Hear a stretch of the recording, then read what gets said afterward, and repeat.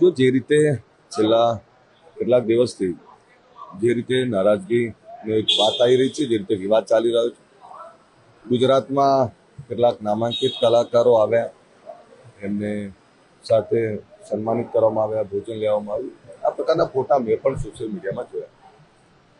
ત્યારે સ્વાભાવિક છે કે ગુજરાતમાં સૌથી મોટો સમાજ એ ઠાકોર સમાજ, અને ઠાકોર સમાજની સાથે અનેક સમાજ, પાટીદાર સમાજ હોય, દલિત સમાજ હોય, રબારી સમાજ હોય કે પછી આહિર સમાજ હોય, દરેક સમાજના કલાકારો છે, બારોટ, ગઢવી, તમામ સમાજના કલાકારો છે.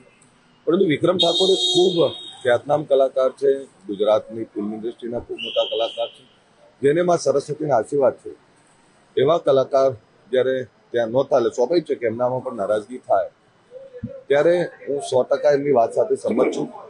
પરંતુ આ કાર્યક્રમ કોઈ પૂર્વ આયોજિત નહોતો. સરકારનો ઈરાદો વિક્રમ ઠાકોર જેવા ખ્યાતનામ કલાકારને ઇગ્નોર કરવાનો ના હોઈ શકે.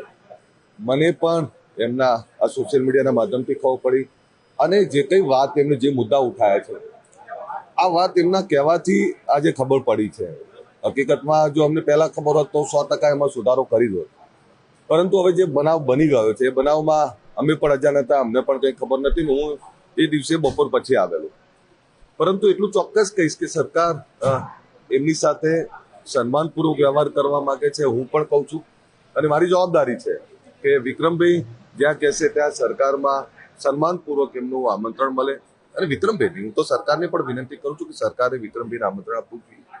અને વિક્રમભાઈની સાથે એ તમામ જે ખ્યાતનામ કલાકારો છે, નામાંકિત કલાકારો છે, જેમણે ગુજરાતની ફિલ્મ ઇન્ડસ્ટ્રીને, ગુજરાતની સાંસ્કૃતિક વારસાને જીવંત રાખવા માટેના જે લોકોએ પ્રયત્ન કર્યા છે, આવા બધા જ કલાકારોને બોલાવવા જોઈએ અને સન્માનિત કરવા જોઈએ. બીજી વાત એમણે જે કંઈ ઉઠાઈ છે, એ તમામ બાબતોનો અભ્યાસ કરીને સરકારમાં જ્યાં જે કંઈ વાત કરવાની યોગ્ય જગ્યાએ વાત કરીશ.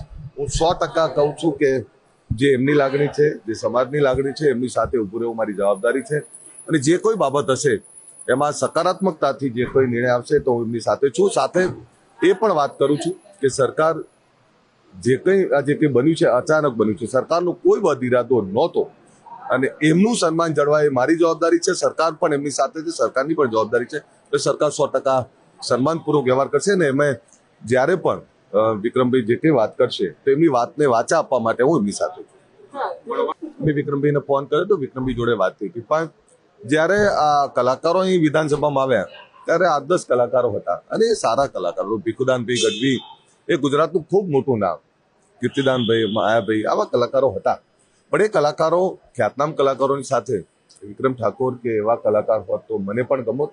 પણ મેં પણ સંપર્ક કર્યો, અને મને પણ જ્યારે હું બપોર પછી આવ્યો ત્યારે કેટલાક સાથી ધારાસભ્યો, પત્રકાર મિત્રોએ કહ્યું કે કલાકારો આવીને ગયા.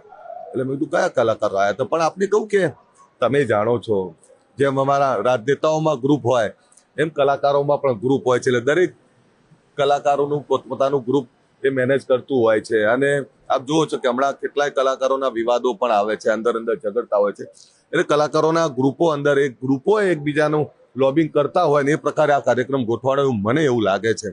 પણ વિક્રમભાઈને કહું છું ને, એવા એ કલાકારોને કહું છું કે તમારું જેનું કોઈ લોબિંગ ના કરતું હોય મને કહેજો. અલ્પેશ ઠાકોર તમારું લોબિંગ કરશે, તમારી વકીલાત હું કરીશ, તમારો અણવર હું બનીશ. પણ મારી એક વાત એવી છે કે બહુ સારા કલાકાર છો, સજ્જન કલાકાર છો, ક્યારેય પોલિટિકલ હાથો નથી બન્યા. ત્યારે તમે ગુજરાતને ખૂબ આપ્યું છે, ગુજરાતની સાંસ્કૃતિક ધરોહરને જીવંત રાખવા માટે ખૂબ આપ્યું છે.